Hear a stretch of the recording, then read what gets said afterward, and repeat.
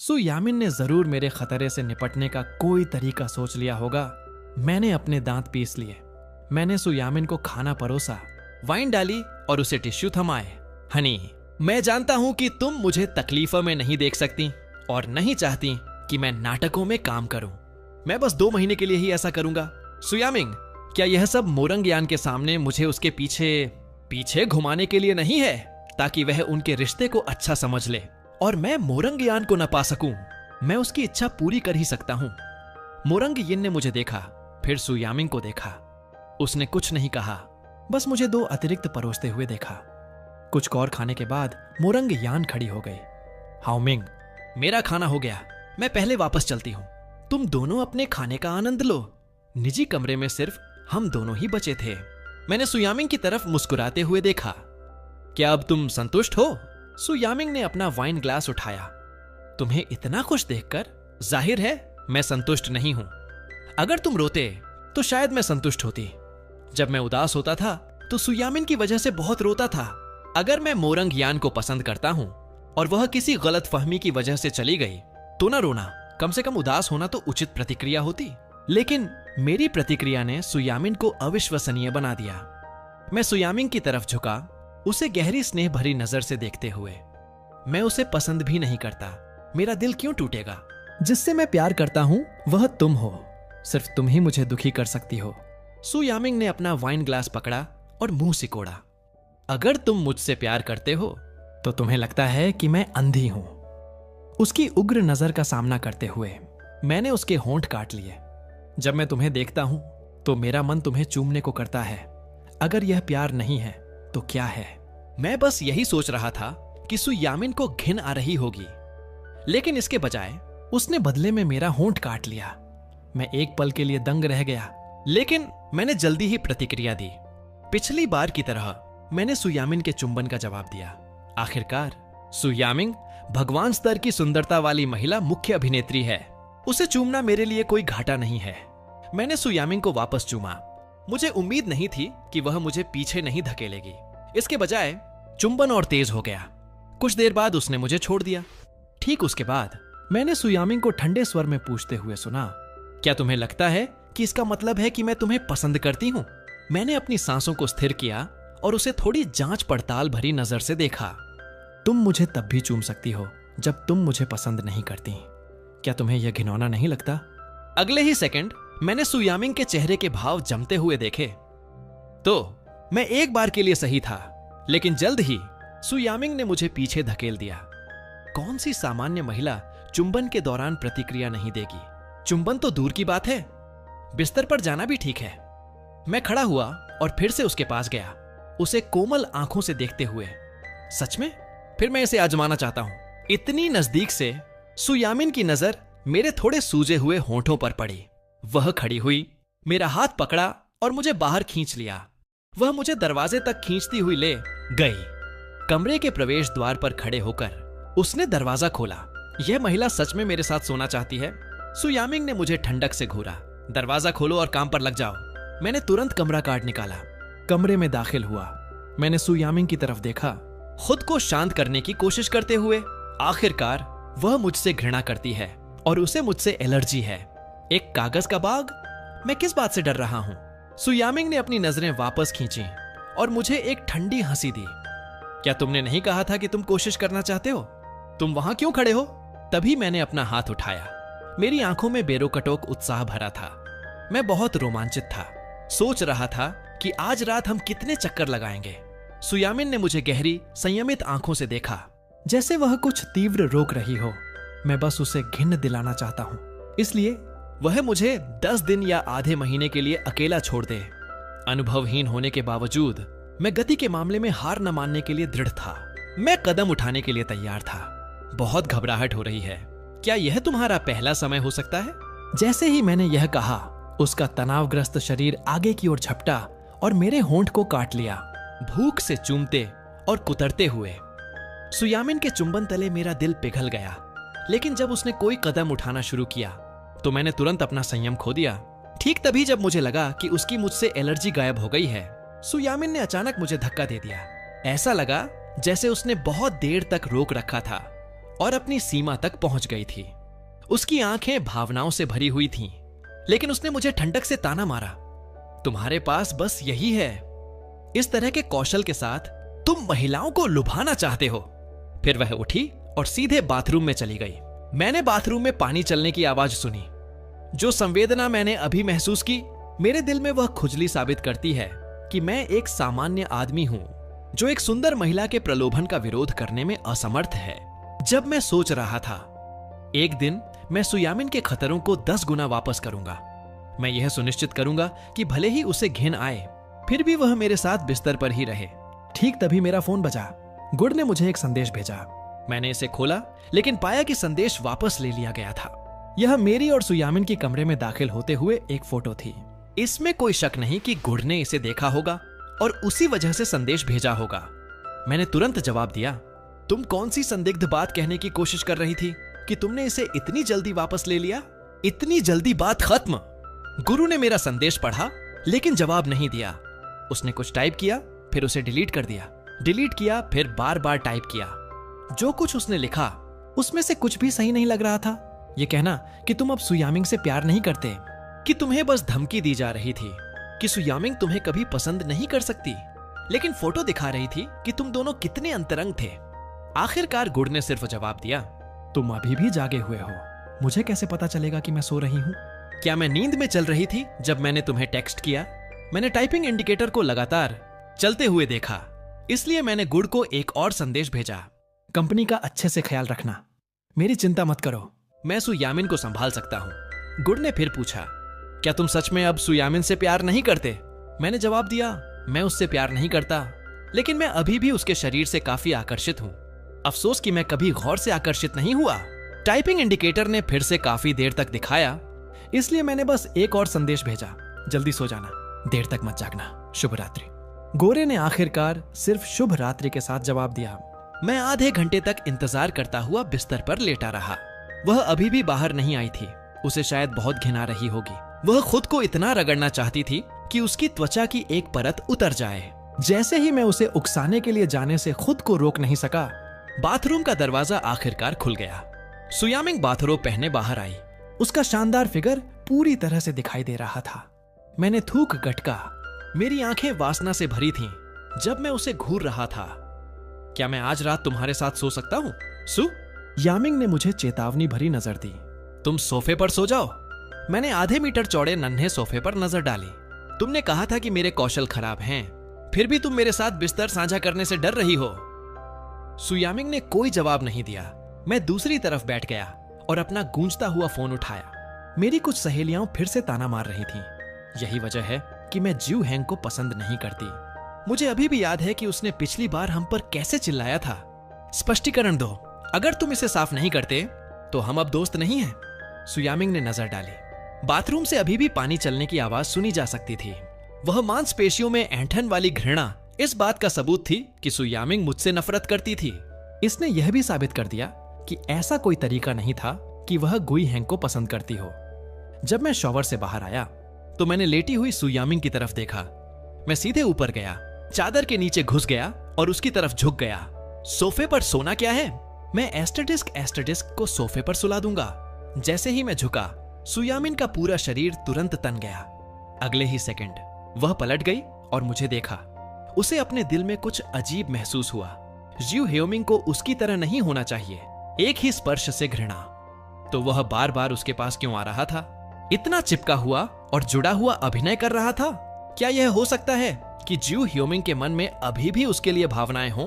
मैं सुयामिन की ठंडक को नहीं संभाल सका। जैसे ही मैं पलटने ही वाला था, सुयामिन का हाथ मेरी तरफ बढ़ा। मेरा शरीर अकड़ गया।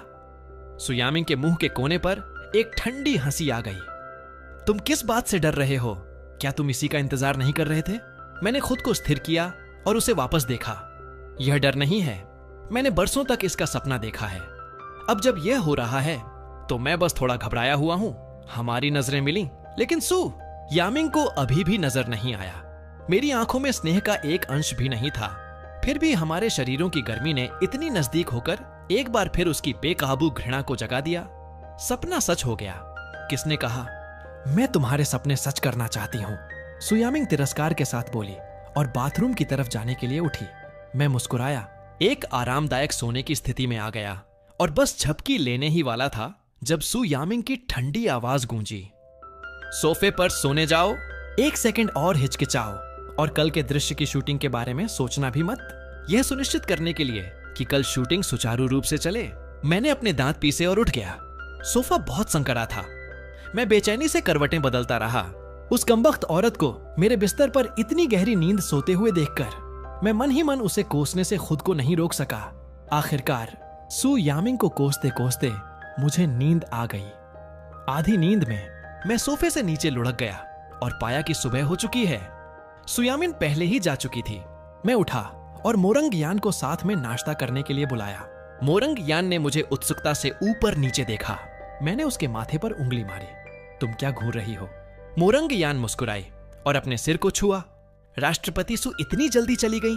क्या तुम चाहते हो कि वह कुछ और दिन रुके? क्या ह्यूमिंग भी ऐसा नहीं चाहता? मैंने सिर हिलाया। लगता है वह सिर्फ शूटिंग की प्रगति को धीमा करती है। मोरंग यांग अपनी हंसी नहीं रोक सकी। हेजे, वह लहजा सु यामिंग के प्रति वाकई तिरस्कारपूर्ण लगता है। यामिंग! हाय उसकी तरफ देखने के लिए मुड़ा। तुम इतनी गप्पी कब से हो गई? मोरंग यान बस हंस दी। बात बस इतनी है कि सु यामिन मुझे हमारी पटकथा की उस अलग थलग रहने वाली मुख्य महिला अभिनेत्री की बहुत याद दिलाती है। यह थोड़ा रोमांचक है।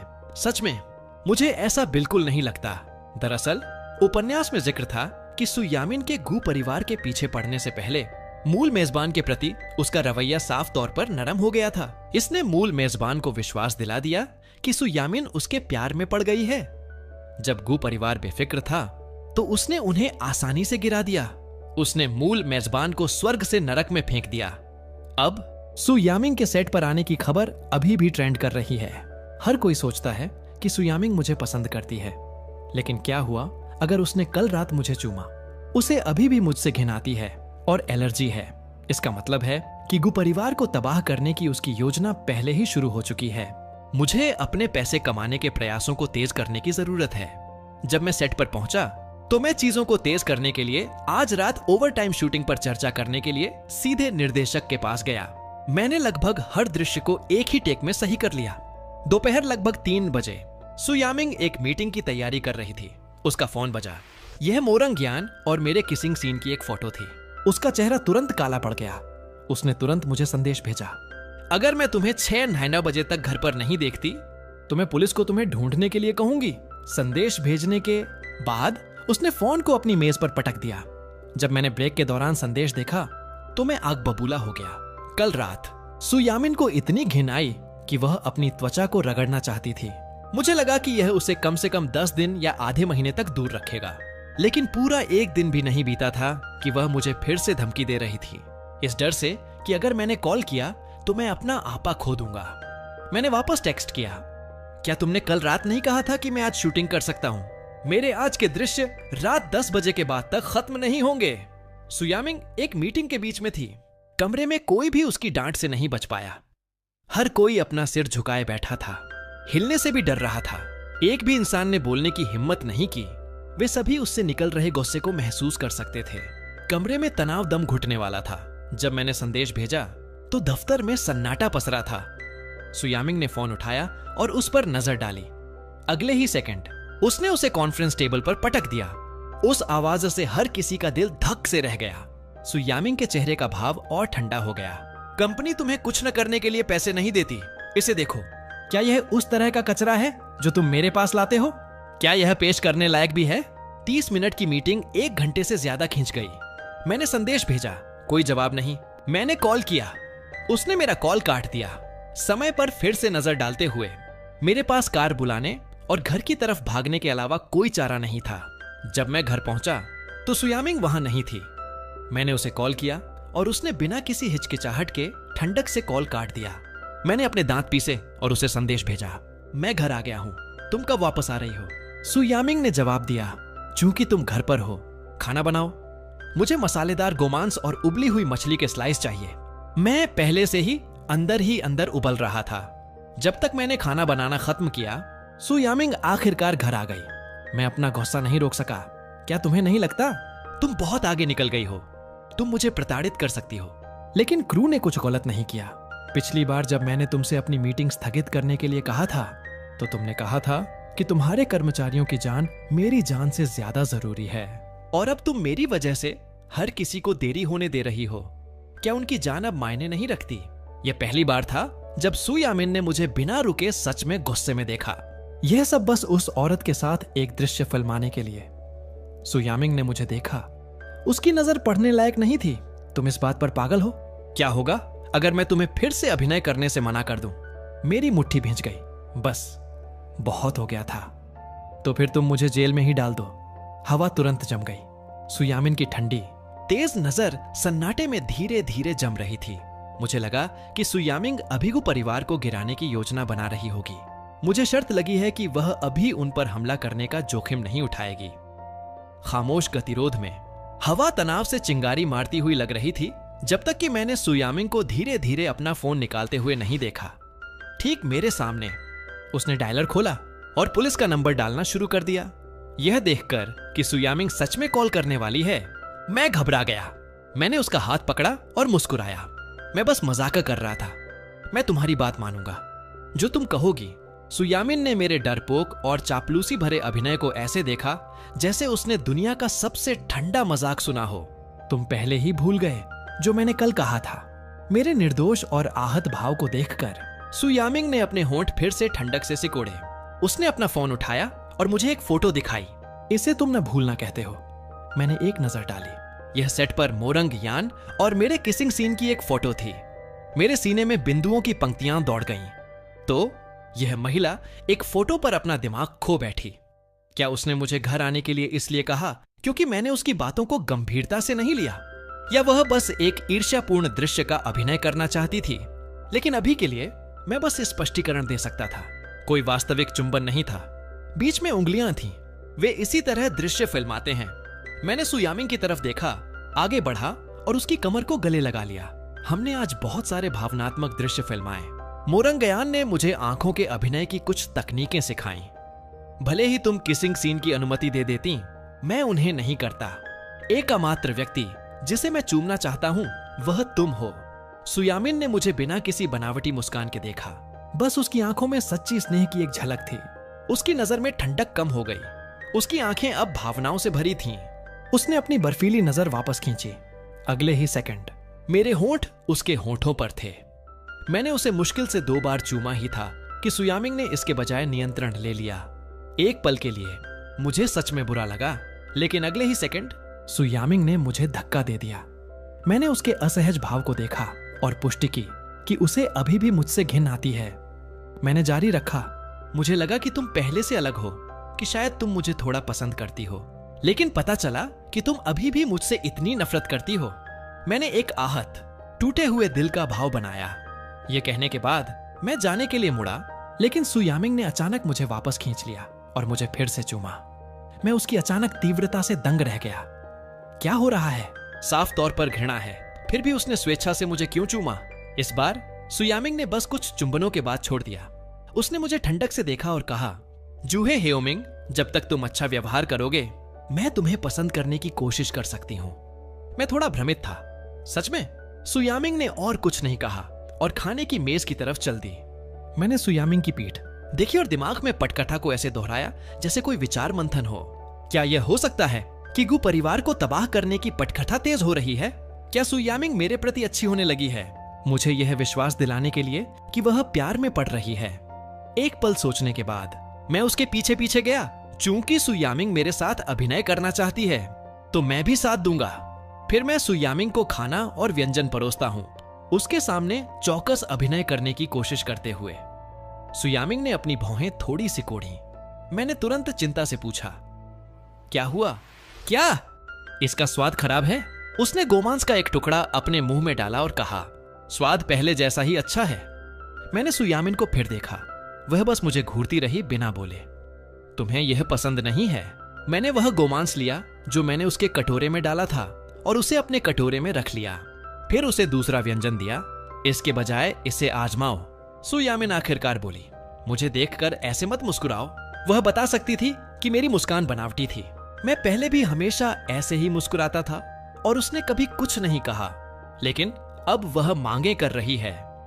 लगता है वह सच में चाहती है कि मैं विश्वास करूं कि वह मुझे पसंद करने लगी है। वह चाहती है कि मैं भी उसके प्यार में पड़ जाऊं। मैंने उसे बार बार देखा। आखिरकार सु यामिंग पूछने से खुद को नहीं रोक सकी, क्या तुम्हें मेरी अनुरोध से कोई समस्या है? मैंने अब अपनी मुस्कान वापस ले ली। बस सोच रहा था कि तुम खाते हुए सच में अच्छी लगती हो। सु यामिंग ने मुझे एक नजर दी और फिर अपना सिर झुकाकर खाना जारी रखा। उसने मुझे चुपचाप देखने दिया। मैंने अपने अंदाजे की पुष्टि की। मैं अभिनय की अपनी सामान्य दुष्ट शैली को छोड़ने और सु यामिन की स्नेहपूर्ण नजर के साथ सहयोग करने की योजना बना रहा हूं। खाने के बाद मुझे लगा कि मेरा अभिनय कौशल खत्म हो रहा है। सु यामिंग उपन्यास में मुख्य महिला अभिनेत्री के रूप में उसे बेवकूफ बनाना मुश्किल माना जाता है। खुशकिस्मत से खाने के बाद सु यामिंग ने मेरे लिए चीजें मुश्किल नहीं की। सफाई करने के बाद मैं वापस अपने कमरे में गया और अनाथ को संदेश भेजा। मैंने कंपनी की स्थिति के बारे में पूछा और उसे फिर से सु यामिंग से सावधान रहने की याद दिलाई। जैसे ही मैं लेटा और अपना फोन उठाया, मैंने सु यामिंग का एक संदेश देखा। मैं काफी हैरान था। मैं उठा और उसके कमरे में गया। अतीत में जब भी मैं उसे देखता था, मैं उसे बिना छिपाए पाने की अपनी इच्छा व्यक्त करता था, लेकिन अब मैं सतर्कता से बिस्तर के पास खड़ा था। सु यामिंग को बिना कुछ कहे चुपके से देख रहा था। आशान्वित और आरक्षित दोनों दिख रहा था। सु यामिन की आंखें तीव्र हो गईं। उसने हाथ बढ़ाया और मुझे बिस्तर पर खींच लिया। फिर भारी चुंबनों की बौछार आई। कुछ देर बाद सु यामिंग पीछे हट गई, भारी सांसें लेते हुए। मैंने उसकी आंखों में अशांत भावना देखी। वह मेरे प्रति घृणा थी। उसने कुछ नहीं कहा और मैंने भी कुछ नहीं कहा। मैं बस मूर्ख बना रहा और उसे देखता रहा। हम बस एक दूसरे को चुपचाप ऐसे ही घूरते रहे। हम जितना ज्यादा देखते, सु यामिन की नजर का विरोध करना मेरे लिए उतना ही मुश्किल होता। एक पल के लिए मुझे लगा जैसे उसकी आंखों में स्नेह है। सु यामिंग संभली और मुझे फिर से चूमने के लिए झुकी। यह कुछ बार दोहराया गया, इससे पहले कि सु यामिंग ने आखिरकार मुझे जाने दिया। तुम अब जा सकते हो। क्या यह पसंद करने की कोशिश करने का अभिनय है? चूमना लेकिन मुझे छूने ना देना। तो वह मुझे अभी पसंद नहीं करती। मैंने सु यामिन को एक आहत नजर दी, जैसे मैं उसका प्यार न मिलने से दुखी हूं। फिर उसकी धुंधली और पढ़ने लायक न होने वाली नजर तले मैं उठा और चला गया। अगली सुबह लगभग 4 या 5 बजे, चूंकि कैब बुलाना मुश्किल था, मैंने खुद गाड़ी चलाने का फैसला किया। जाने से पहले मैंने सु यामिंग को एक संदेश भेजा कि मैं सेट पर जा रहा हूं। मैंने तुम्हारे लिए कुछ दलिया बनाया है और उसे रसोई में छोड़ दिया है। जब तुम जागो तो खाना मत भूलना। सु यामिंग ने जवाब दिया। किसने कहा कि तुम अभिनय करने जा सकते हो? जैसे ही मैं पहुंचा, मैंने सु यामिन का संदेश देखा।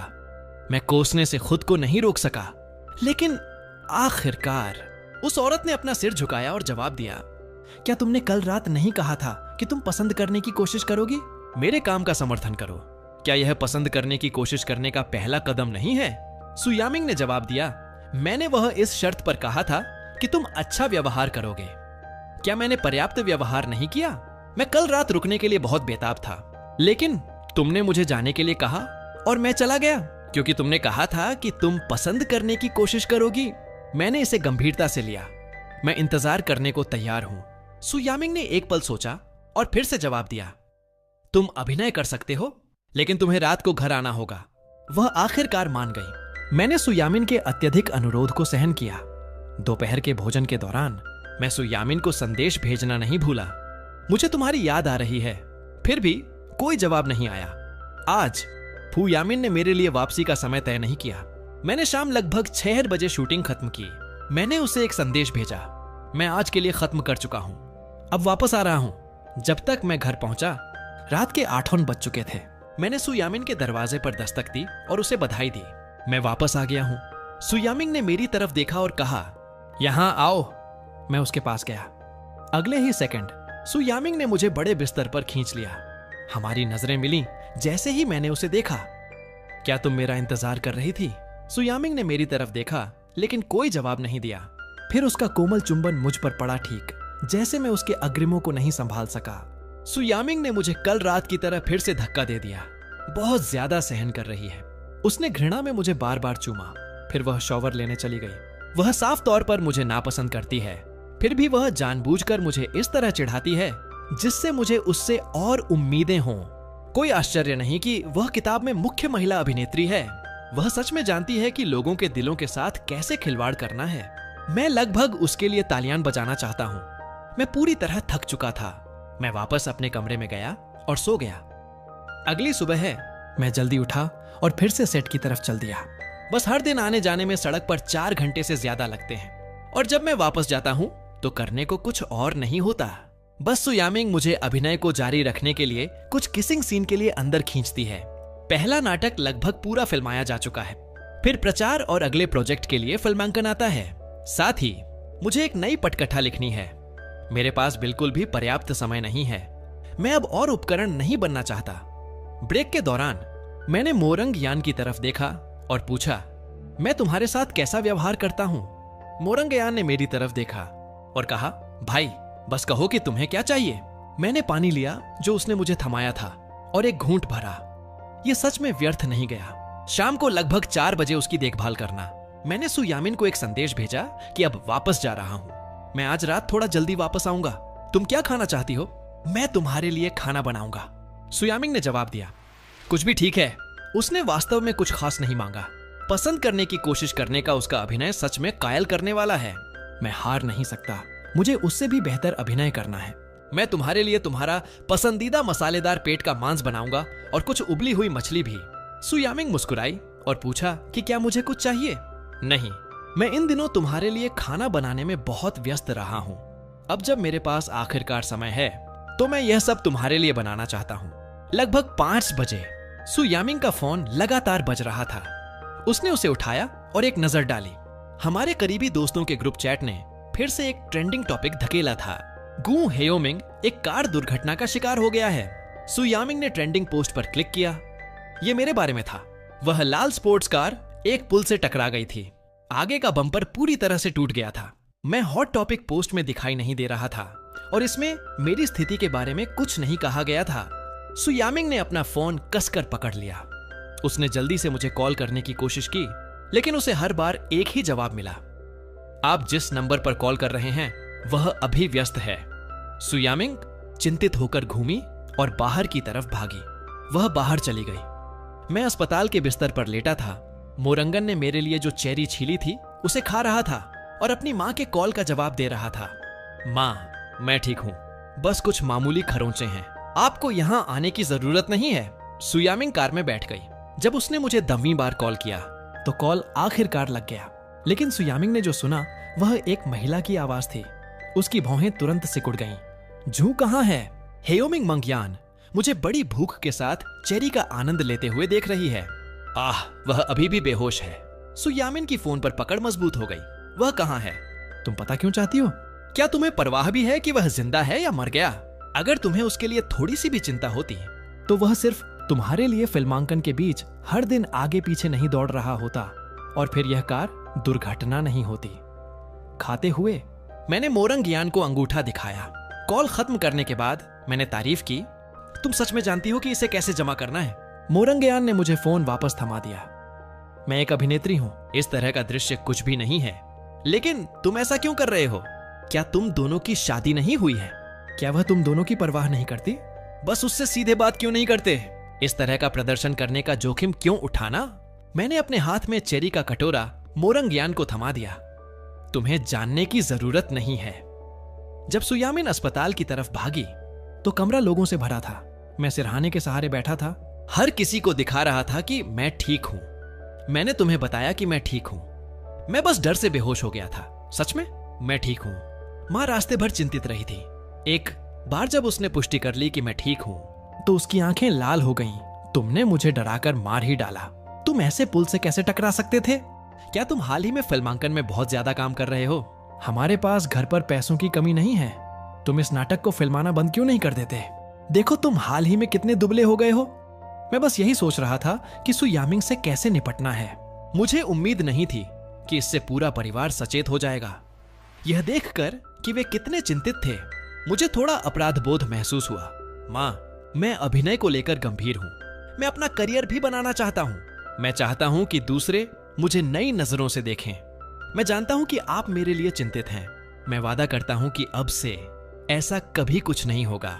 मां और भी कुछ कहना चाहती थीं, लेकिन पिताजी आगे बढ़े और मुझे दिलासा दिया। बेटा, जिस चीज से तुम प्यार करते हो उसे ढूंढना आसान नहीं है।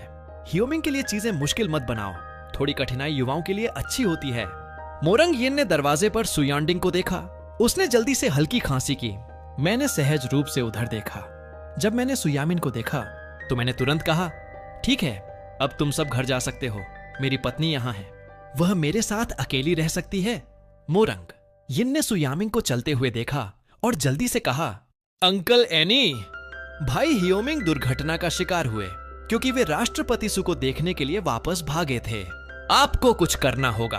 भाई हेयोंग अपनी पत्नी के लिए अपनी सेहत की परवाह किए बिना हर दिन दौड़ नहीं सकते। यह उनके शरीर के लिए सहन करना बहुत ज्यादा है।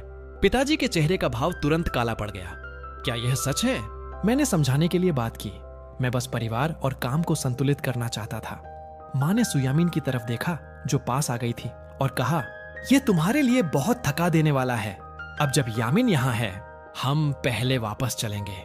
यामिन, उसे कुछ समझदार बात बताओ। यह हर दिन आगे पीछे दौड़ना बस थका देने वाला है। वह हमारी बात नहीं सुनेगा, लेकिन तुम्हारी सुनेगा। अनाथ ने पूरे समय एक शब्द भी नहीं कहा, बस किनारे खड़ी देखती रही। मैं पीछे झुक गया और सुयामिन की तरफ देखा। उसकी आंखों में सिर्फ मैं था। अचानक मुझे समझ में आया, पुराना मैं उसे एक नजर में देख सकता था, लेकिन अब वह मुझे नहीं पढ़ सकती। वह नहीं बता सकती कि मेरे कौन से शब्द सच हैं और कौन से झूठ। लेकिन जब मैंने कहा कि मैं सुयामिंग से प्यार नहीं करता, तो उसने विश्वास कर लिया। मैंने सुयामिंग की तरफ देखा। मेरी आंखें अपराध बोध से भरी थीं। मुझे माफ करना, मैंने कहा था कि मैं तुम्हारे लिए कुछ स्वादिष्ट बनाऊंगा, लेकिन सुयामिंग सन्नाटे में बिस्तर के पास खड़ी रही। उसकी नजर गहरी और पढ़ने लायक नहीं थी। मैंने सन्नाटे को तोड़ा और बात की, क्या तुम नाराज हो? अगर तुम सच में नाराज हो तो मैं अभी तुम्हारे लिए खाना बनाने जाऊंगा। सुयामिंग ने अभी भी एक शब्द भी नहीं कहा, बस मुझे चुपचाप देखती रही जब तक कि मैं कुछ करने के लिए उठने ही वाला था। सुयामिंग ने आखिरकार प्रतिक्रिया दी और मुझे वापस बिस्तर पर धकेल दिया। उसने बिना बोले मुझे घूरा। क्या तुम मेरे लिए चिंतित हो? लेकिन मैं सच में ठीक हूं। तभी सुयामिंग धीरे से बोली, क्या तुम्हें भूख लगी है? मैंने सिर हिलाया। उसने मेरे पतले चेहरे की तरफ देखा। उसकी आवाज अब चिंता से भरी थी। भले ही तुम्हें भूख न लगी हो, फिर भी तुम्हें खाना होगा। मुझे इसकी बिल्कुल भी आदत नहीं थी। आशान्वित लेकिन साथ ही सतर्क भी। फिर मैं कुछ ऐसा खाना चाहता हूं जो तुम बनाओ। इसे कहने के बाद मैंने लगभग खुद को अंगूठा दिखाया। मैं देखना चाहता था कि सुयामिंग कैसी प्रतिक्रिया देगी। उसने मुझे काफी देर तक बिना एक शब्द कहे देखा। साफ तौर पर हिचकिचा रही थी। यकीनन उसने आखिरकार जवाब दिया, हम सिर्फ टेक आउट ऑर्डर कर सकते हैं। मेरी आंखें निराशा से धुंधली हो गईं। फिर तुम जो भी ऑर्डर करोगी मैं वही खाऊंगा। उसकी आवाज थोड़ी नरम हो गई।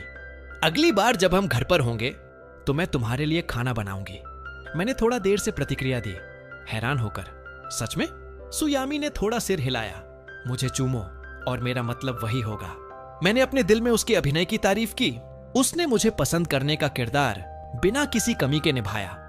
पीछे न रहते हुए मैंने तुरंत जवाब दिया, उसे एक चुंबन दिया और फिर एक और। इद अपनी खुशी पूरी तरह से प्रदर्शित करते हुए। जब मैं जिंदा था, मैं इतना गरीब था, मैंने कभी प्यार का अनुभव भी नहीं किया। मैं बस वीडियो में महिलाओं को देखकर लार टपका सकता था। अब जब मैं एक किताब में दाखिल हुआ हूं तो मेरे पास पूरा जंगल रखने की दौलत है। फिर भी मैं एक विवाह अनुबंध में फंसा हूं। एकमात्र व्यक्ति जिसे मैं चूम सकता हूं वह सुयामिंग है और मैं सिर्फ उसे ही चूम सकता हूं। मुझे उसे छूने की भी अनुमति नहीं है। यह सच में अब तक का सबसे दुखद संचरण है। लेकिन कम से कम शादी इस साल खत्म हो जाएगी। एक बार जब हमारा तलाकिन हो जाएगा तो मैं हर एक रात खुद को जंगल के आगोश में फेंक दूंगा। सुयामिन को अंदाजा नहीं था कि मैं कैसा सपना देख रहा हूं। उसने मेरे लिए खाना ऑर्डर करने के लिए अपना फोन निकाला। वह मेरे बारे में कुछ नहीं जानती थी, इसलिए जाहिर है वह नहीं जानती थी कि मुझे क्या खाना पसंद है। वह सिर्फ परिवार के रात के खाने में पिछली बार की अपनी याददाश्त पर निर्भर रह सकती थी और उन व्यंजनों का ऑर्डर दिया जो मैंने सबसे ज्यादा खाए थे। ऑन ऑर्डर करने के बाद उसने मुझे खाली नजर से उसे घूरते हुए देखा। सुयामिंग हिचकिचाई। तुम क्या सोच रहे हो? मैं अपने सपने से बाहर आया और जल्दी से कहा, मैं बस सोच रहा हूं तुम अचानक मेरे प्रति इतनी अच्छी हो गई हो। क्या मैं सपना देख रहा हूं? सुयामिन की नजर थोड़ी बदली। फिर उसने हाथ बढ़ाया और मेरे गाल को पिंच किया। क्या दर्द हुआ? मैं हाँफ उठा। हाँ, दर्द हुआ। सुयामिंग हंस पड़ी। तो यह सच है, मुझे वास्तव में चोट नहीं लगी थी। खाना खाने के बाद मैं सुयामिंग के साथ होटल वापस गया। मुझे सुयामिंग के साथ कमरा साझा करने की बिल्कुल चिंता नहीं थी। शॉवर लेने के बाद मैं पिछली बार की तरह चुपचाप सोफे पर सो गया। मैंने अपना फोन ब्राउज किया और एक ट्रेंडिंग पोस्ट देखी जिसमें कहा गया था कि सुयामिंग मेरे लिए 5 रेड लाइट पार करके दौड़ी। मैंने क्लिक किया और देखा कि यह सच में उसकी कार थी। कार तेज गति से चल रही थी, लेकिन रेड लाइट पार करने का कोई सबूत नहीं था। विशिष्ट क्लिकबेट हेडलाइन, टिप्पणी अनुभाग हमारे सच्चे प्यार की तारीफ करने वाले लोगों से भरा था। जाहिर है मुझे विश्वास नहीं था कि सुयामिंग मुझे पसंद करती है। मुझे शक भी था कि उसने वह ट्रेंडिंग टॉपिक खुद खरीदा होगा। अपने शॉवर के बाद सुयामिंग बाहर आई और मुझे सोफे पर लेटे हुए देखा। वह पास आई और मुझे बिस्तर पर खींच लिया। फिर एक और गहरा चुंबन आया।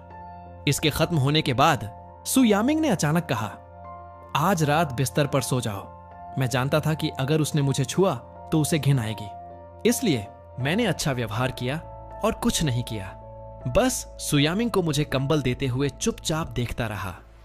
जब उसने बत्ती बुझाई तो कमरे में तुरंत अंधेरा छा गया। मुझे आखिरकार अब अभिनय नहीं करना था। मैं पलट गया और सुयामिंग की तरफ पीठ करके सो गया। बिस्तर पर लेटी हुई सुयामिंग ने मेरी मुड़ी हुई पीठ की तरफ देखा। अभी भी बत्ती बुझाने से पहले मेरी आंखों में प्रत्याशा के भाव के बारे में सोच रही थी। जैसे ही मुझे नींद आने लगी, एक महिला मुझ पर दबाव डालने लगी। एक वायुरोधी निकटता। मैं सुयामिंग के शरीर का तापमान भी महसूस कर सकता था। हमें सोने से पहले भी अभिनय करना पड़ा, जैसे कि हमने पहले ही इसका इंतजार किया था। मैं उसकी प्रतिक्रिया देने के लिए पलट गया। मैंने महसूस किया कि सुयान बिंग का शरीर जाहिर तौर पर तन गया, लेकिन उसने फिर भी अपना हाथ मेरी कमर के चारों तरफ लपेट लिया। एक सामान्य जोड़े की तरह हम दोनों ने चूमा। अंधेरे में इंद्रियां तेज और रूपांतरित हो गईं। मुझे भ्रम हुआ कि सुयामीन मुझसे प्यार करती थी। ठीक जब मैं और ज्यादा पाने के लिए तड़प रहा था, सुयामिंग ने उखड़ी हुई सांसों के साथ मेरा बेचैन हाथ पकड़ लिया। मैं बाथरूम जा रही हूं, तुम पहले सो जाओ। सु यामिंग बाथरूम चली गई। मैं जानता था कि उसे इसे संभालने में बहुत घिन आ रही थी। मुझे थकान महसूस हुई। साफ तौर पर मेरे स्पर्श से घृणा है, फिर भी उसे मुझे एक सामान्य आदमी की तरह छूना पड़ा, साधु की तरह नहीं। हर बार जब उसने मुझे लुभाया तो वह मुझ पर ही पलट गई। क्या उसने कभी मेरी भावनाओं पर विचार किया? जब मैं सोया, सुयामिंग अभी भी बाहर नहीं आई थी। सुबह मैं सुयामिन के चुंबन से अस्पष्ट रूप से जाग उठा। मैंने अपनी नींद भरी आंखें खोली और उसे देखा। वह पहले ही पूरी तरह तैयार हो चुकी थी। मैं जा रही हूं, ठीक है? रास्ते में सावधानी रखना, धीरे गाड़ी चलाना।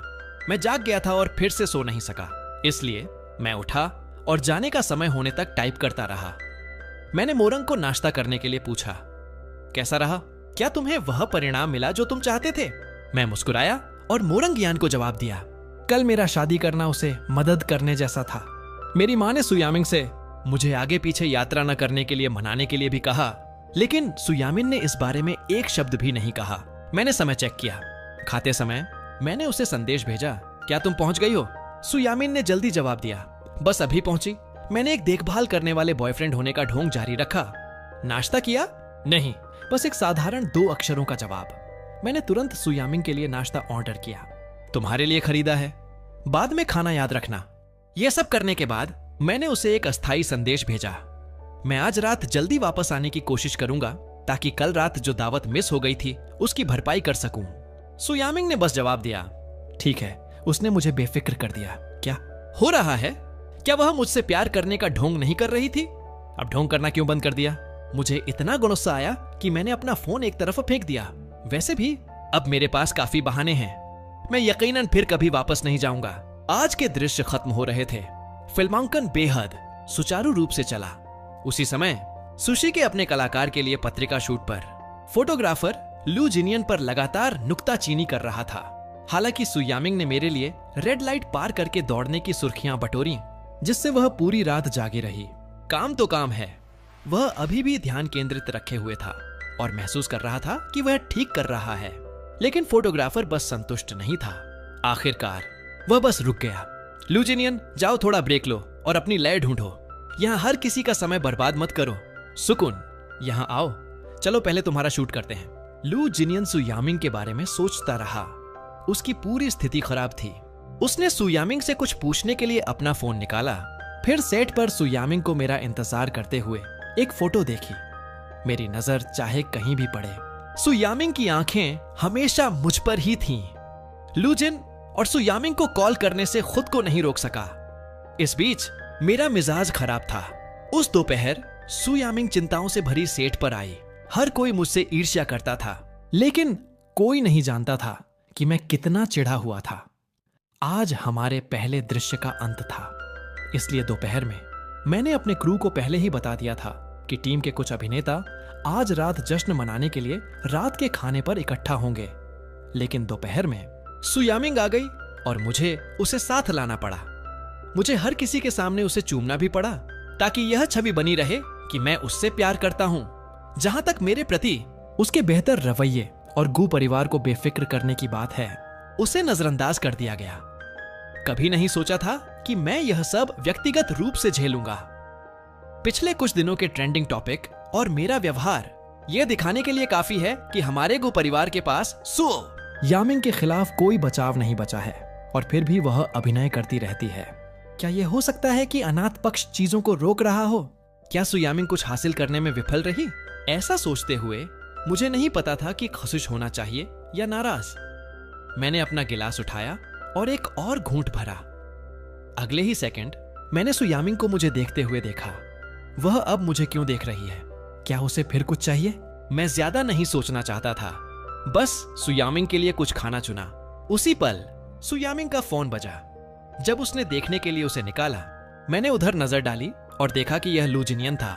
मुख्य अभिनेता कॉल कर रहा था। सु यामिंग बाहर कॉल लेने के लिए उठी। मुझे तुरंत हवा ताजा महसूस हुई। हर कोई स्पष्ट रूप से शांत भी हो गया। 2 मिनट बाद जब सु यामिंग कमरे में वापस आई तो उसने हर किसी को गिलास टकराते हुए देखा। कमरा हंसी और खुशी से भरा था। जैसे ही वह अंदर आई, माहौल तुरंत बदल गया। हर किसी की मुस्कान फीकी पड़ गई। मैंने बहुत समझदारी से पूछा, क्या कुछ हुआ है? अगर तुम व्यस्त हो तो जाओ, उसे संभालो। सु यामिंग मेरे पास बैठ गई और मुझे देखा। उसकी आंखें काली और पढ़ने लायक नहीं थीं। क्या तुम सच में चाहते हो कि मैं चली जाऊं? मैंने सु यामिंग का हाथ पकड़ लिया। मैं ऐसा कैसे कर सकता हूं? मैं बस नहीं चाहता कि तुम मेरी वजह से दबाव महसूस करो। अगर कुछ है तो जाओ, उसे संभालो। मैं तुम्हारा इंतजार करूंगा। सु यामिंग का चेहरा ठंडा बना रहा। मैं ठीक हूं। लू जिनियन ने बस एक साधारण फोन कॉल किया। मेरे दिल में मैंने कोसा, यह मुख्य अभिनेता बहुत कमजोर है। मुझे नहीं पता कि यह उदास होने की वजह से था, लेकिन मेरे पेट में पहले जो तकलीफ थी वह अब फाड़ देने वाले दर्द में बदल गई। मैं भौहें सिकोड़ने और उसे मलने से खुद को नहीं रोक सका। सु यामिंग तिरछी हुई। तुम्हारे पेट को क्या हुआ? कुछ नहीं, शायद मैंने ज्यादा खा लिया। जब तक हम होटल वापस नहीं पहुंचे तब तक मेरे पेट का दर्द ज्यादा बार होने लगा। मुझे आखिरकार महसूस हुआ कि कुछ गड़बड़ है। सु यामिंग ने मुझे बाथरूम से बाहर आते हुए देखा। मेरा चेहरा पीला था, पेट पकड़े हुए। मैं ऐसे चल रहा था जैसे हवा का झोंका मुझे गिरा सकता हो। क्या हुआ? अस्वस्थ महसूस कर रहे हो? क्या तुम्हें अस्पताल जाने की जरूरत है? नहीं, बस दस्त। मैं दर्द से बिस्तर पर करवटें बदलता रहा। सु यामिंग ने पीछे से मुझ पर दबाव डाला। मैं उसकी मेहमान नवाजी करने के लिए बहुत दर्द में था। मैं अब अपना आपा नहीं रोक सका। सु यामिंग, मैं यहां मर रहा हूं।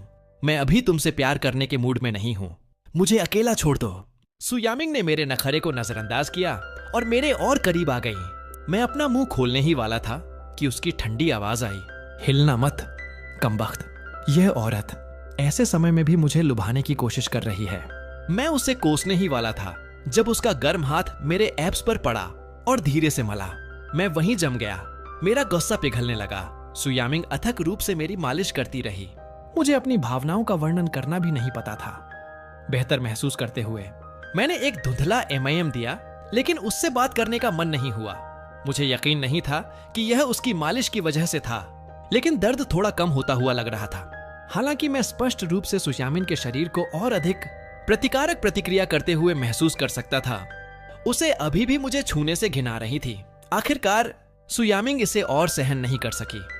वह उठी और बाथरूम में चली गई। जब तक किसी ने दरवाजा नहीं खटखटाया तब तक सु यामिंग बाथरूम से बाहर नहीं आई। साफ तौर पर उसने अपने हाथ और मुंह धो लिए थे। उसका चेहरा अभी भी थोड़ा अप्रिय लग रहा था।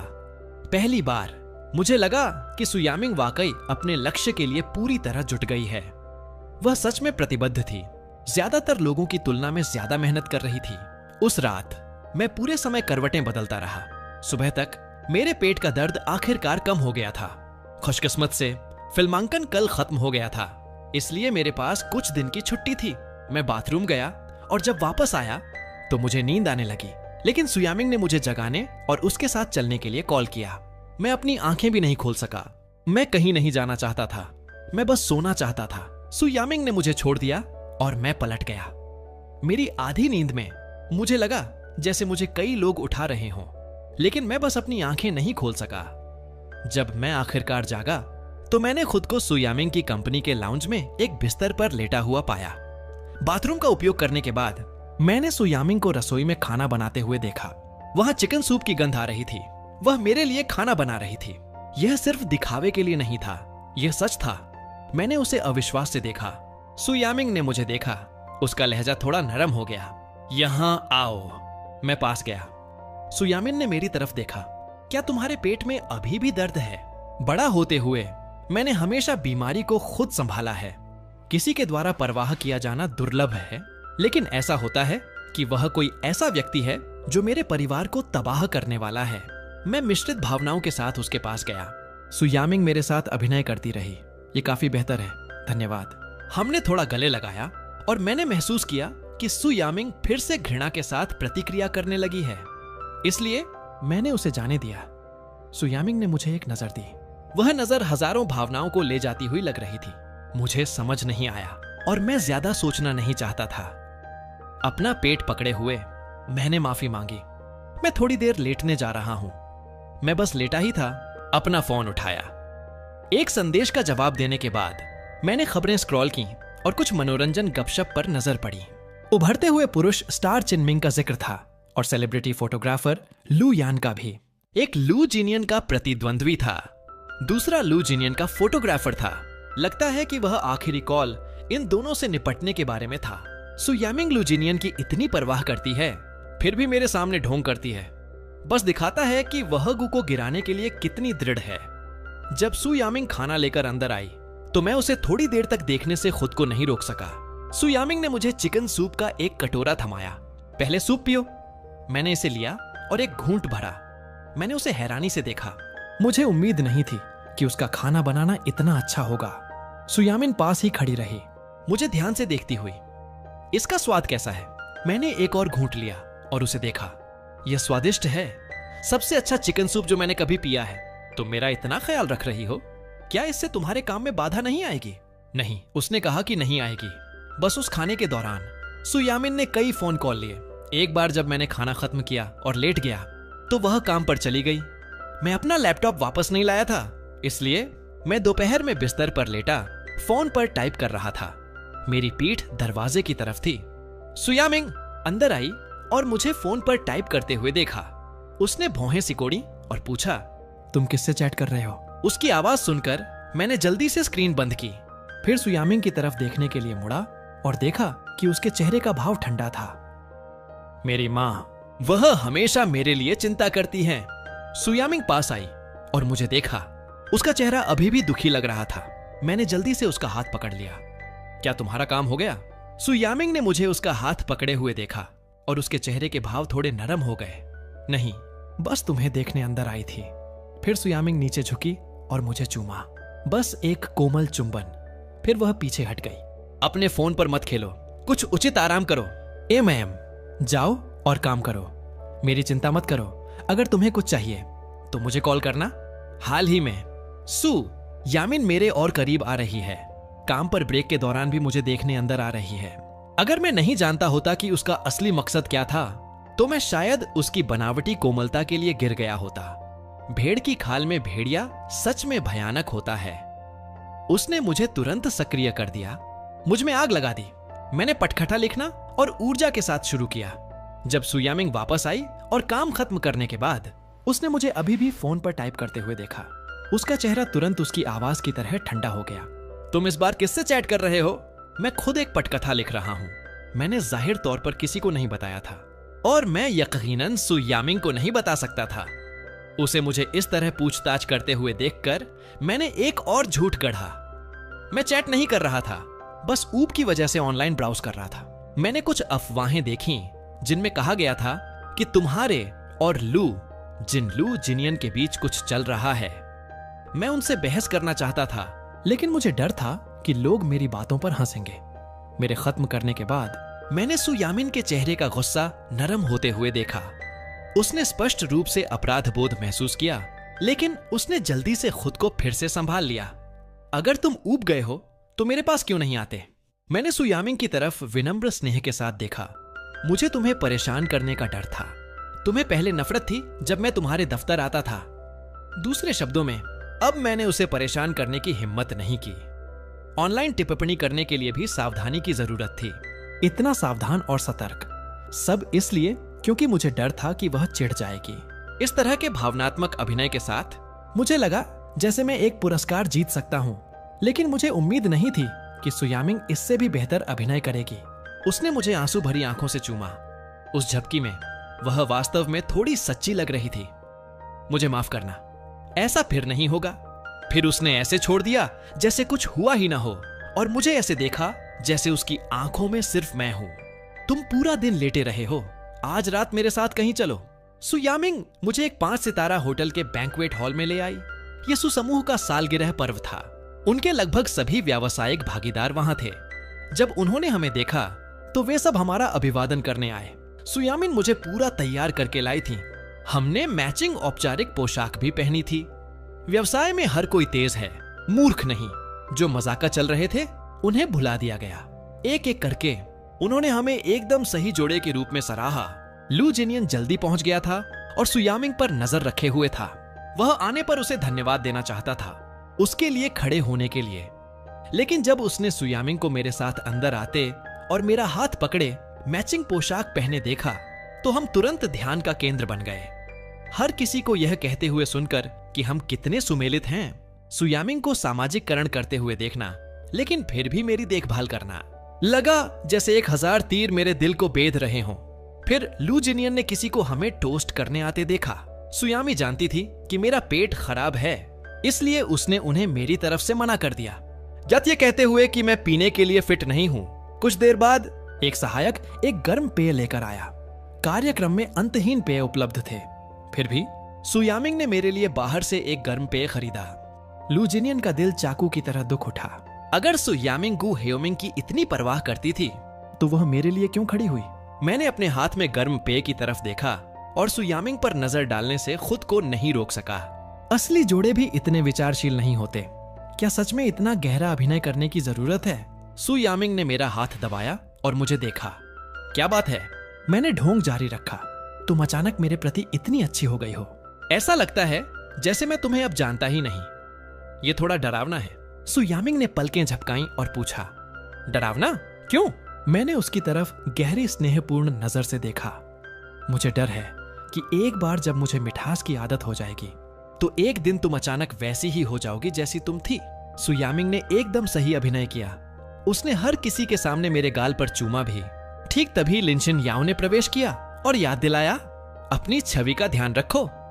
तभी सु यामिंग ने मुझे जाने दिया जब मूमू ने अपनी बाहें मोड़ ली और बड़बड़ाई। कौन था वह पिछली बार जो बार बार कह रहा था कि वे जुइंग को पसंद नहीं करते, और अब तुम यहां कुछ ही दिनों बाद सार्वजनिक रूप से अपना प्यार दिखा रही हो? लगता है उन्हें बचाने का कोई तरीका नहीं है। मैं जल्दी से आगे बढ़ा और मुस्कुराया। तुम लोग गपशप करते रहो, मैं बाथरूम जा रहा हूं मेरे जाने के बाद, जब मुमू इसे जाने नहीं देगी। क्या तुमने नहीं कहा था कि तुम उसे पसंद नहीं करती? यामिंग। सु यामिन का हाथ कस गया। वह अभी भी हियोमिंग को छूने के बाद बीमार महसूस करती है। ऐसा कोई तरीका नहीं है कि वह उसे पसंद करे। वह सिर्फ जू हियोमिंग से बदला लेने के लिए अभिनय कर रही है। जब मैं बाथरूम से बाहर आया तो मैंने ल्यूजिन को सु यामिंग के पास जाते हुए देखा। मैंने उन्हें एक मौका दिया जो मैंने खो दिया था और आराम करने के लिए कोने की सीट पर बैठ गया। सु यामिंग की नजर चलती भीड़ को चीरती हुई गई और उसने मुझे कोने में बैठे हुए देखा। सु यामिंग ने खुद को लू जिनियन से दूर किया और मेरी तरफ चलने लगी।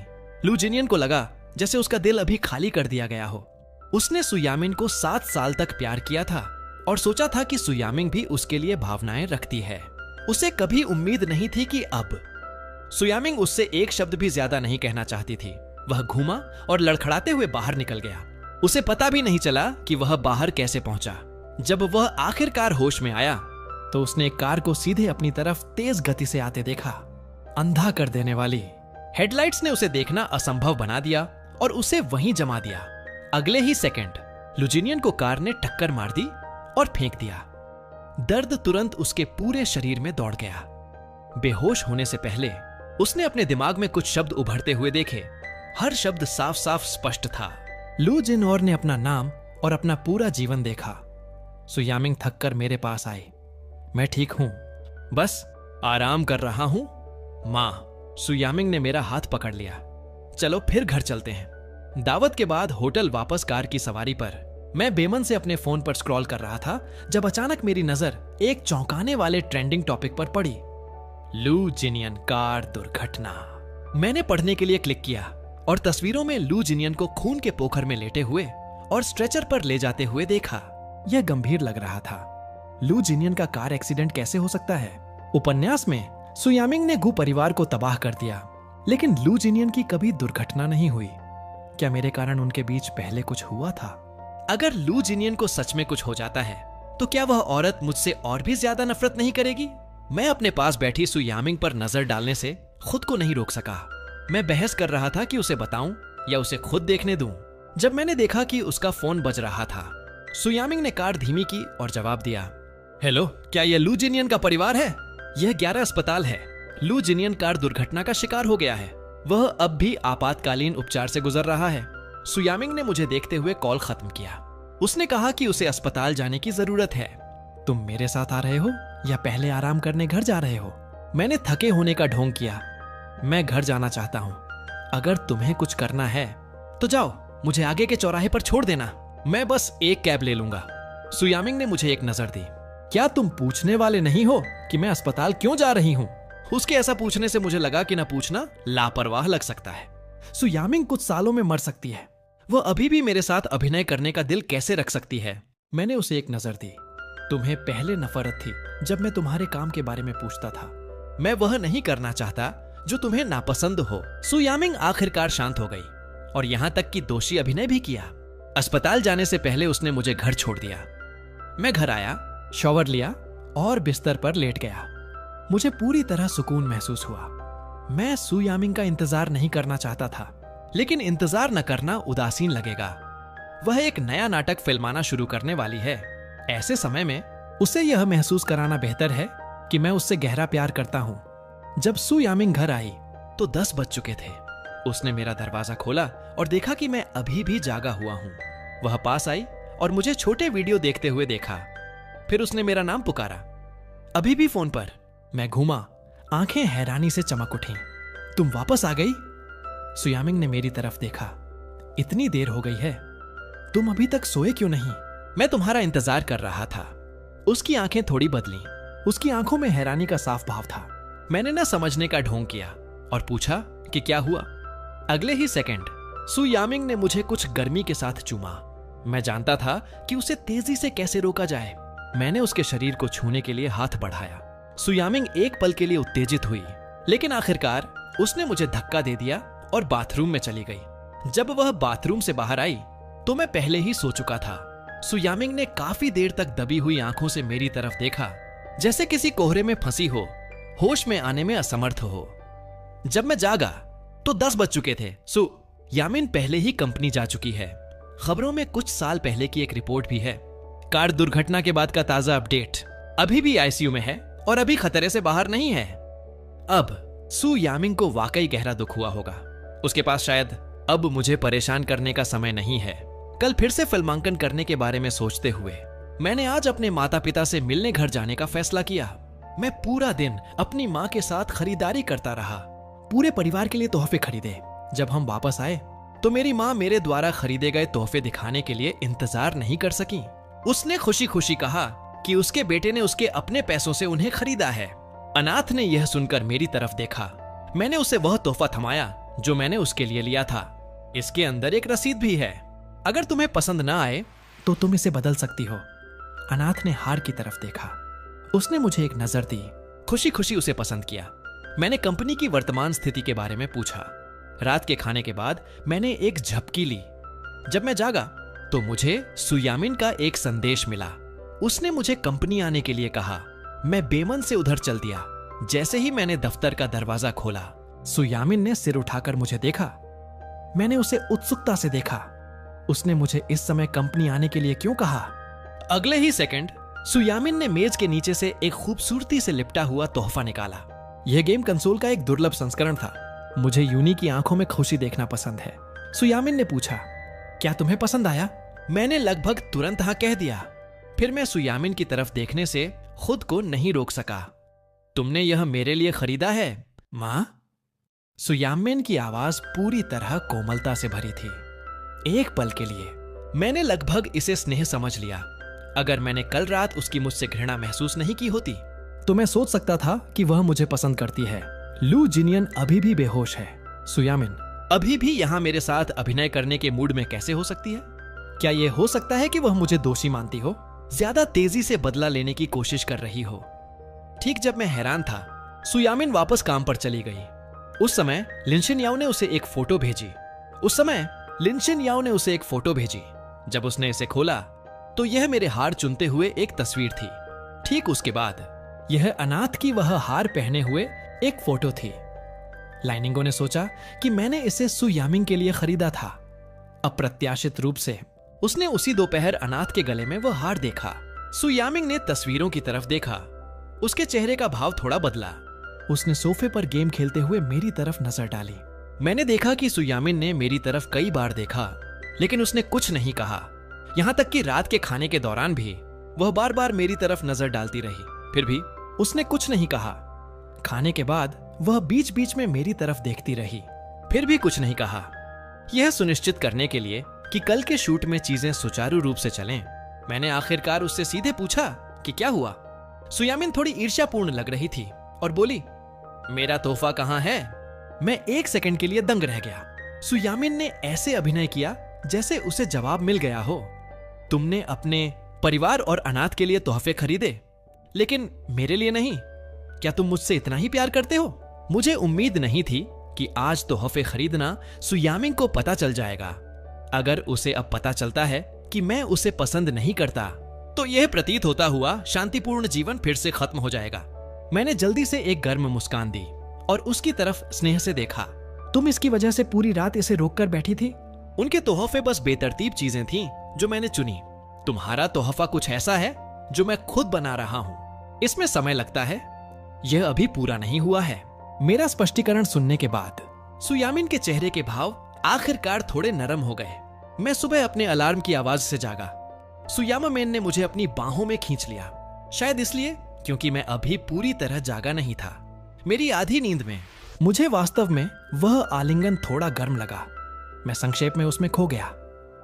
फिर मैंने सुयामिन की सुस्त, नींद भरी आवाज सुनी। मैंने तुम्हारे लिए एक ड्राइवर का इंतजाम किया है। तुम्हारा गाड़ी चलाने का कौशल खराब है। तुम्हें अब खुद गाड़ी चलाने की अनुमति नहीं है। ठीक है, मैं तुम्हारी बात मानूंगा। मेरी बात मानोगे? मैं कौन हूं? सुयामिन ऐसा लगता था कि कोई खास उपाधि सुनना चाहती है। मैंने अपनी आंखें झुका लीं और कहा, तुम मेरी पत्नी हो। सुयामिन ने मेरे होंठों को चूमा। उसने मुझे तभी उठने दिया जब घृणा असहनीय हो गई। आधे घंटे पहले सुयामिन को लू जिनियंस की मां का कॉल आया। उन्होंने कहा कि लू जिनियन जाग गया है और खतरे से बाहर है। वह सुयामिन से मिलना चाहता था। सुयामिन एक निजी अस्पताल के कमरे में बैठी थी जब उसने लू जिनियन को उसे सिस्टर क्लाउड पुकारते हुए सुना। सुयामिन का दिल धक से रह गया। उसकी आमतौर पर ठंडी आंखें अचानक भावनाओं से भर गईं। तुमने मुझे क्या पुकारा, सिस्टर क्लाउड? लू जिनियन ने सुयामिन की तरफ देखा। अब अपनी आंखों में प्यार नहीं छिपा रहा था। मैं शाओ जिन हूं।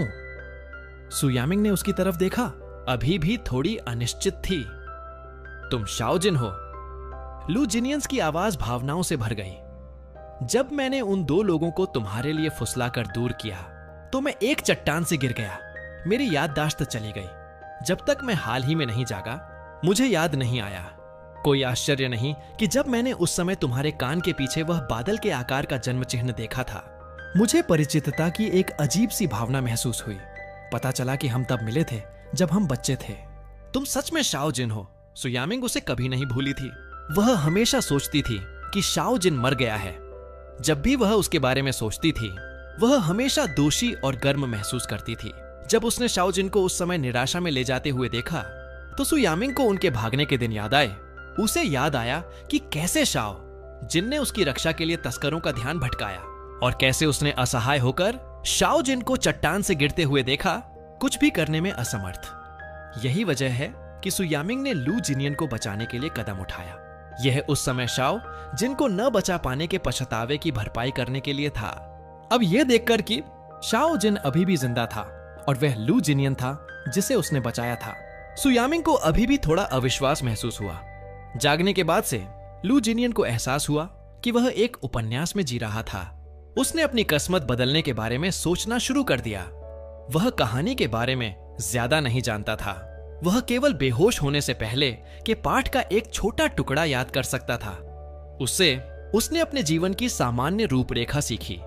सुयामिन ने उससे कभी प्यार नहीं किया था। उसका तथाकथित स्नेह केवल युवोंग द्वारा उसके पहले प्यार के लिए पछतावे की वजह से था। उसका पक्षपात बस जू हेयोमिंग से बदला लेने का एक तरीका था। शुरुआत से अंत तक वह उनके रिश्ते में बस एक उपकरण था। अब जब गो हेयोमिंग मर चुका है, तो उपकरण के रूप में उसकी अब जरूरत नहीं है। उसकी किस्मत एक बार फिर हर किसी के द्वारा सताए जाने की थी। लू जिनियन अनिच्छुक था। उसे ऐसा दुखद, दयनीय और लापरवाह अंत क्यों स्वीकार करना चाहिए? मरने से पहले सुयामिन के पहले प्यार के बारे में जानना अपनी किस्मत बदलने की तरफ उसका पहला कदम था। हालांकि उपन्यास ने संक्षेप में वर्णन किया है, दोनों को बच्चों के रूप में अपहरण किया गया था। वे मुख्य बिंदु सुयामिंग को बेवकूफ बनाने के लिए काफी थे। सिस्टर क्लाउड, मेरे सिर में सच में बहुत दर्द हो रहा है। जो कहना था कहने के बाद लू जिनियन ने अस्वस्थ महसूस करने का ढोंग किया। वह सुयामिंग को इसे संसाधित करने के लिए समय देना चाहता था। अगर तुम्हारे सिर में दर्द है तो लेट जाओ और आराम करो। सुयान बिन तुरंत खड़ी हो गई। जब तुम बेहतर महसूस करो तो हम और बात कर सकते हैं। वह कोमल आवाज उसके कानों में चुभी। लू जिनियन ने 7 साल यह कोशिश करने में बिताए थे कि सुयामिंग उसे ऐसी आंखों से सिर्फ एक बार देखे। उसने नादानी से विश्वास किया था कि सुयामिंग उसके लिए भावनाएं रखती है। तुम काम में व्यस्त हो, जल्दी वापस जाओ। जुआमिंग ने लू जिनियन की तरफ देखा।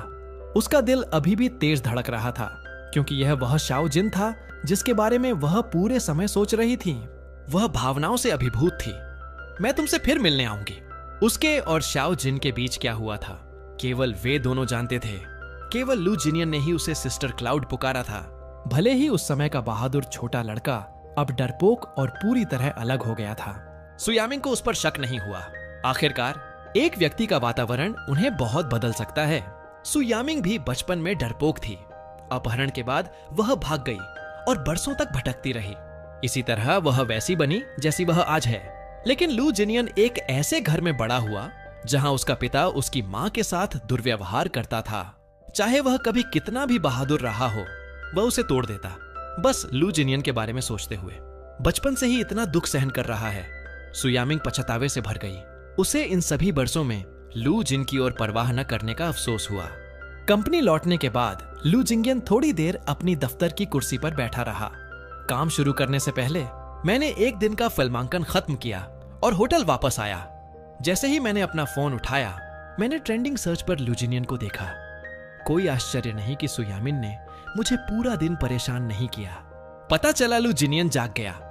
लू जिनियन ने ट्रेंडिंग सर्च देखी, सुयामिन की तरफ देखा और कहा, सिस्टर यांडू, अगर तुम ठीक हो तो यहां मत आओ। मुझे डर है कि लोग गपशप करेंगे। डर है कि होमोइन ज्यादा सोचेगा? सुयामिन ने कोमलता से उसकी तरफ देखा और उसे दिलासा दिया, चिंता मत करो, मेरे यहां होने से किसी की हिम्मत नहीं है तुम्हारे बारे में गपशप करने की। अब फिर कोई तुम्हें सताने की हिम्मत नहीं करेगा, होमिंग, और वह ज्यादा नहीं सोचेगा। लू जिनियन ने चुपचाप अपना सिर झुका लिया। शायद यह एक पेशेवर आदत थी। आंसू उसके गालों से नीचे लुढ़क गए। सुयामिन की नजर और कोमल हो गई। क्या हुआ? तुम क्यों रो रहे हो? मैं बस बहुत खुश हूं, लू जिंगियन ने फटे स्वर में कहा। मैंने कभी नहीं सोचा था कि बचपन का वह रोतलू इतना अद्भुत हो जाएगा और इतने बरसों तक मेरा ख्याल रखेगा। लू, जिन्नलिया जानता था कि सु यामिंग को अपने बचपन के उस सफेद चांदनी के अनुभव की सबसे ज्यादा परवाह है, इसलिए उसने इसे फिर से उठाया। सु यामिंग आगे बढ़कर उसके आंसू पोंछना चाहती थी। तुम अब बहुत अच्छा कर रहे हो, लेकिन किसी वजह से मेरा चेहरा अचानक दिमाग में आया, वह चेहरा जो उसके घर आने का इंतजार कर रहा था। सच में? यांडुओ के यह जानने के बाद कि मैं शाओ जिंग हूं, क्या वह सच में निराश नहीं थी? सु यामिंग ने उसकी तरफ देखा। शाओ जिंग वह था जिसकी वह सच में परवाह करती थी, जिसे वह इन सभी बरसों में कभी नहीं भूली थी। सु यामिन ने उस बारे में सोचा जो लू जिन ने कार दुर्घटना से पहले उससे पूछा था, और लू जिन के बारे में सोचा कि कैसे उसने अतीत में नशे में उससे प्यार का इकरार किया था। ठीक तभी सु यामिन का फोन बजा।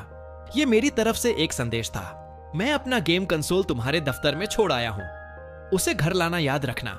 लू जिन ने सु यामिन को अपने फोन की तरफ देखते हुए देखा और चुपके से अपना होंठ काट लिया। यांडुओ, काफी देर हो गई है, तुम्हारा दिन लंबा रहा, घर जाओ और थोड़ा आराम करो। सु यामिंग खड़ी हुई और उसका सिर थपथपाया। अपनी चोट का अच्छे से ख्याल रखना, मैं कल तुमसे फिर मिलने आऊंगी। सु यामिंग ने मेरे संदेश का जवाब नहीं दिया। उसने एक फोन कॉल किया और निर्देश दिया कि उसके और लू जिनियन के बारे में कोई खबर फिर कभी ऑनलाइन दिखाई न दे। मैं थककर घर आया और खाली रहने वाले कमरे की तरफ देखा, लेकिन मेरे दिमाग में फिर से उसकी छवि उभर आई। वह शॉवर के बाद बिस्तर पर लेटी थी, की तरफ देख रही थी। अगर आपको यह कहानी पसंद आई हो तो वीडियो को जरूर लाइक करें और चैनल को सब्सक्राइब करना ना भूलें। इस वीडियो का टारगेट 1K लाइक्स है।